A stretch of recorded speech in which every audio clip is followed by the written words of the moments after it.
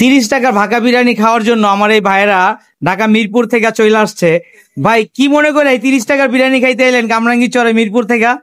সবার কাছে শুনি ভাই আপনার খাবারটা নাকি খুবই ভালো, তো আজকে আমরা যাচাই বাছাই করতে এলাম আসলে কি ঠিক না বেঠিক।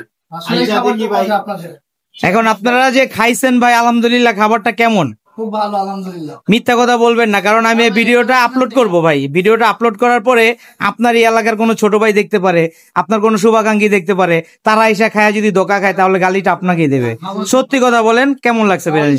জুসটা ভাই খুবই ভালো লাগছে আমার কাছে। একদম ভাই কি জুস খাইছেন? হ্যাঁ ভাই। কোনটা খাইছেন ভাই? খেজুরেরটা খাইছি আর একটা খাইছি টক দই।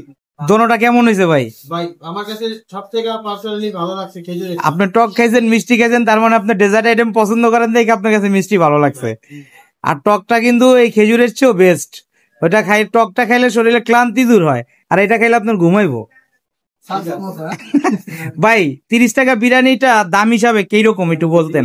খুব ভালো, রিজনেবল প্রাইসের মধ্যে খুব ভালো একটা বিরিয়ানি দিচ্ছে। আমাদের স্বাদও ভালো লাগছে, কোয়ান্টিটি মান দুইটাই ভালো।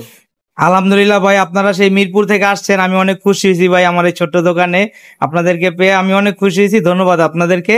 আপনারা সবাই আবার আসবেন, আর আপনার এলাকার ছোট ভাই বেড়াদার বন্ধু বান্ধব তাদেরকেও আসার জন্য আমন্ত্রণ জানিয়ে দেবেন। ধন্যবাদ ভাই আপনাকে।